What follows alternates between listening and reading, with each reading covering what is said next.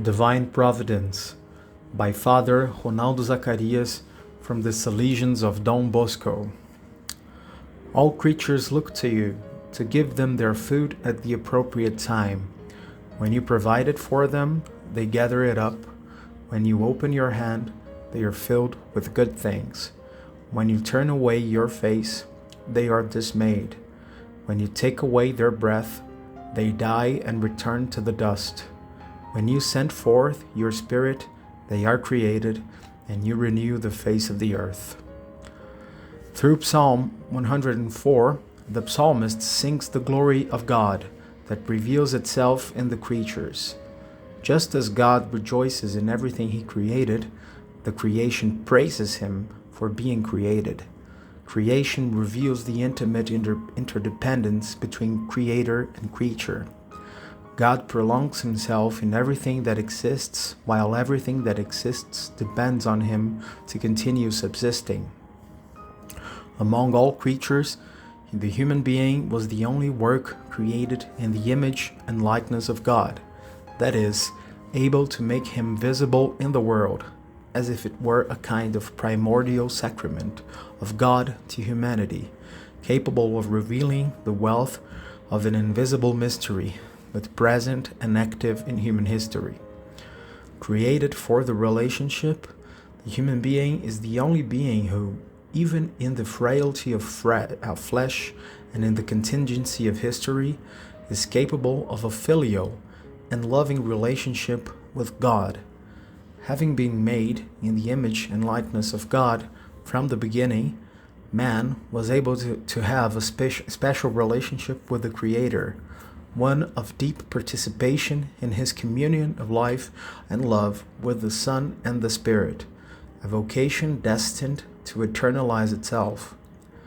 However, the fact of being the image and likeness of God is not being God Himself, for man is fragile and vulnerable, constantly in need, since it carries a life always threatened and confronted with death.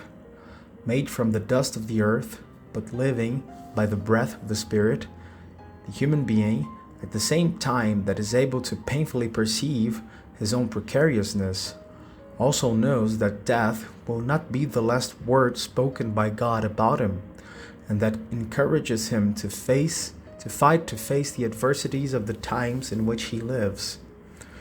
Well then, as God's beloved children, created by Him and destined to live forever with Him, we are witnessing a tragic moment in history.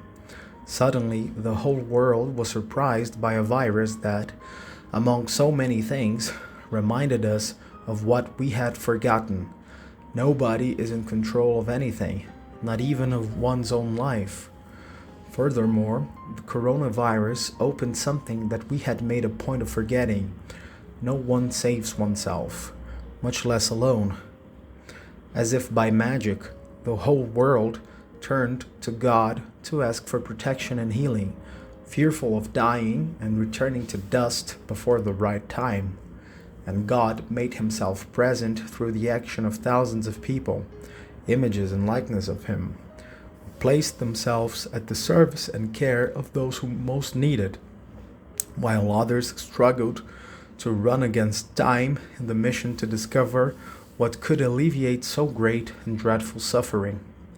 God, the Creator, used His creatures to satiate His people with the goods needed for His historic moment, at least so that they would not lose hope in the middle of such suffering. However, this same God has been witness to how nefarious some of His creatures can become, even though they were created in His image and likeness. By banalizing evil, they revealed themselves without the slightest feeling of empathy, compassion, and humanity in the face of the suffering of others, denying evidence and science. They behaved as indifferent to the abysmal valley of the dead, allowing themselves to be guided by political and economic interests. They became accomplices to so much suffering that could have been avoided, and so many lives that could have been spared. Enough facts to justify that God hides His face from those who were not worthy of being his image and likeness, and to show that he doesn't condone with evil, nor is defeated by it, and therefore renews his covenant with those who desire to be, in fact, his image and likeness, even in the middle of chaos. It is in this tragic moment in which we are living, God continues to be provident, and in this way renewing the face of the earth. It is thanks to him that women and men of God will continue giving their lives to care for and save those who are most in need.